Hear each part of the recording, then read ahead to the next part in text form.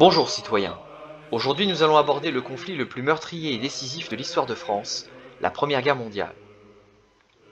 Après l'humiliante défaite de la guerre franco-prussienne de 1870, la France subit une crise existentielle majeure.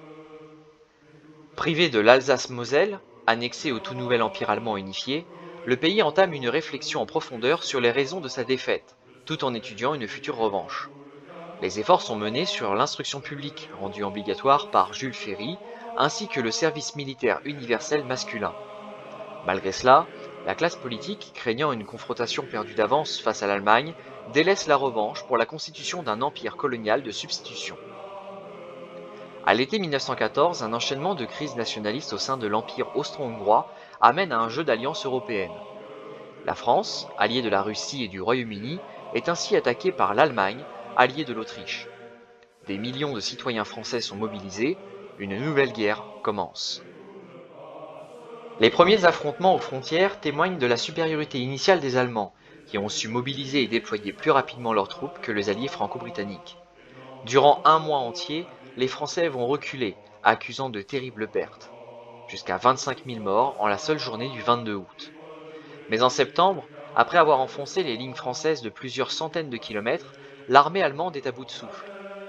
La réserve française, enfin constituée et opérationnelle, contre-attaque lors de la célèbre bataille de la Marne.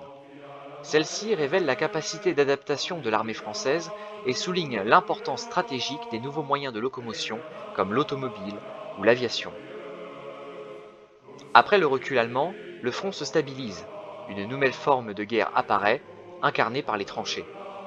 Aucun des deux camps n'arrive à prendre le dessus sur l'autre. Cependant, la France ne reste pas immobile. Son industrie tourne à plein régime et son armée adopte un nouvel uniforme plus approprié au combat moderne. Mais surtout, la France applique le principe nouveau de motorisation, qui sera la clé de son succès dans des batailles capitales comme Verdun, avec la Voie sacrée. Des milliers de camions approvisionnant le front en matériel, vivres et munitions. De nouvelles armes font également leur apparition, comme l'avion ou le char de combat.